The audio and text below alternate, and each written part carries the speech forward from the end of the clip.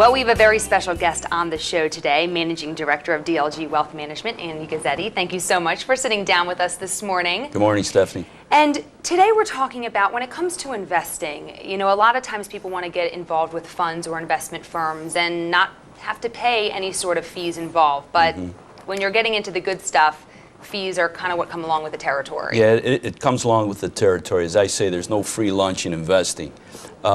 But you have to look. It's very important to look at the fees, whether it's a commission, whether it's a management fee inside a fund, upfront load on a fund versus a no-load fund. Sure. Very important to know what it is, but it can't be your sole criteria to pick an investment, because if you can say, I'm not going to invest anything but no-load funds, you could be missing out on some great investments that may charge you something, but the returns will be greater even after taking into effect the charge. So we tell people no free lunch, look at everyone, look at every investment, see what's going on in all those investments, and then make that decision. For example, hedge funds.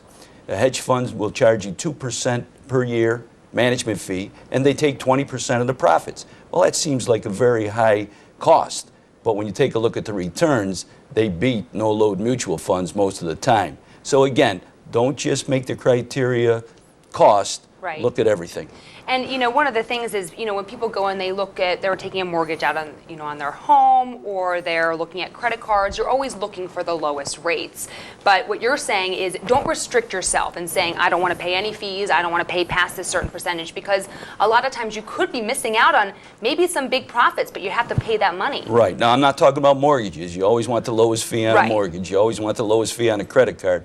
But I'm talking about investment avenues to get into, like mutual funds, stocks, bonds, those types of things. You'll look at the cost up front, but make sure if the returns are better, go with the one that has a little extra cost. I think a lot of people, they get into the swing and they get into the habit of looking at those very low rates. And Absolutely. So there's a little bit of change when you're talking about investment. But also understand, no free lunch in investing. No free lunch. All right. Thank you so much for sitting down with us today. Thanks, Stephanie.